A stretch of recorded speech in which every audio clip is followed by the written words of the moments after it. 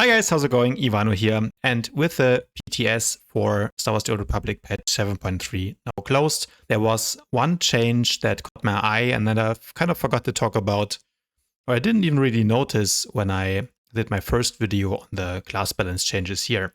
What am I talking about? So it is about PowerTech Vanguard, but not about that neural trigger gets nerfed or that PowerTech gets a new tactical. The thing that I think is going to be really insane next patch is going to be this change.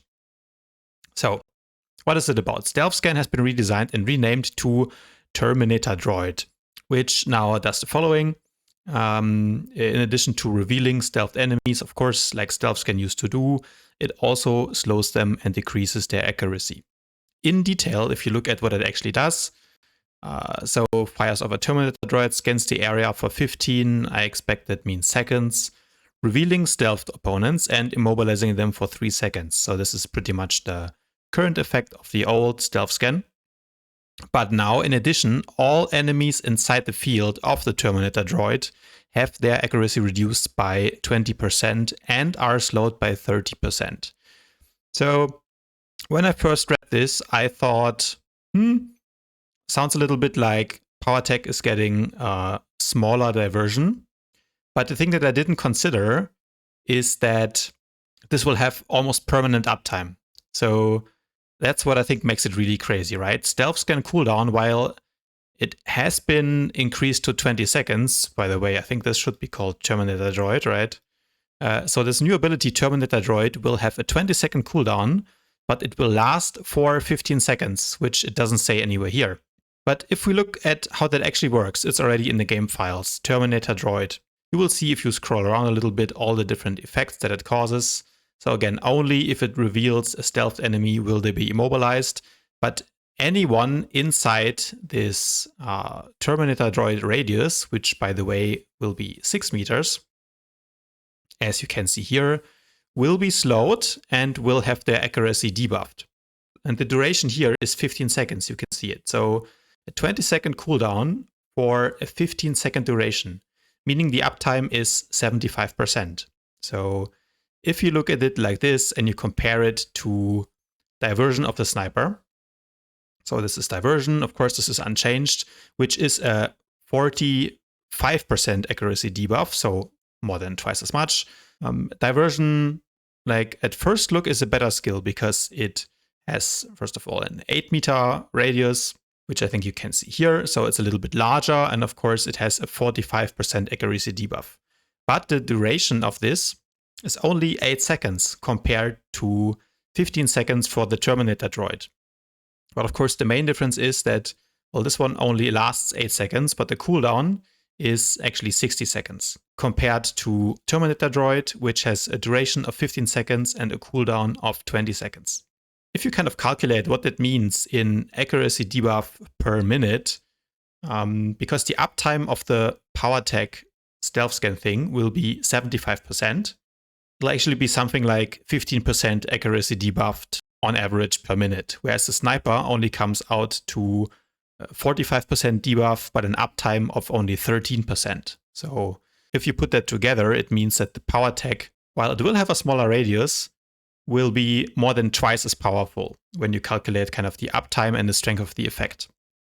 But then in addition, the PowerTech's Terminator Droid also slows all the enemies within, so making it harder for them to get out of it. I think this is going to be really toxic, especially versus other melees. Now, you might be able to use this as well on like a clump of ranged players in order to debuff their accuracy and get in range, because this does affect force and tech damage. I think you can see that here. If you look at the accuracy debuff effect, you can see in fact that it debuffs the ranged and tech, which is white damage, but also the tech and force accuracy by 20%. So this might be something that you can use against those pesky Madness Sorcerers, but mostly I think this will be really OP against melee classes. I think against other PowerTechs and also against, Juggernauts, your Marauders, this will make it almost unplayable because you will constantly miss your attacks, which will just be incredibly annoying. Forget playing Concealment or Deception. I think those classes will not exist anymore if this goes live.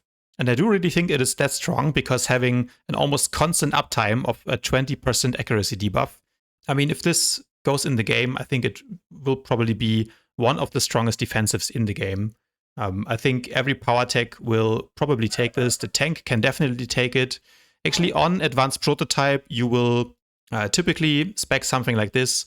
Will be a little bit annoying because currently we are running advanced yield at level 43. This is also why initially I thought that PowerTechs would not run the new stealth scan. But now after reading it again, understanding how high the uptime is, I think in games where you play against other PowerTechs, against other melee classes, you will almost always want to run stealth scan and drop the 15 meter range. Because if you're playing versus melees, you know, they're going to fight you at 4 meter range. You don't need that 15 meters range anyway. Of course, versus range classes, versus madness, you still want to take advanced yield. So it depends a little bit on the meta and on what people in your games are playing. But if you're facing a lot of PowerTechs, a lot of Juggernauts and other melee classes, definitely give the new stealth scan, aka Terminator Droid, a try.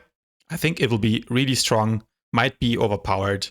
Hopefully BioWare reconsiders and changes this a little bit, because I'm afraid it will make the game even more RNG heavy than it already is. I think it's not a good mechanic for PowerTech to have, and I think it's not very healthy for the game overall. But it's in the game, so I wanted to point it out. Maybe someone at BioWare still sees this and can consider changing it. I think in general it's fine to have a skill like this, but 15-second duration for a 20-second cooldown I think is unfortunately quite overpowered. That's it for today, guys. Hopefully you enjoyed this video. If you did, please leave a thumbs up, subscribe to my channel, and I'll see you guys tomorrow.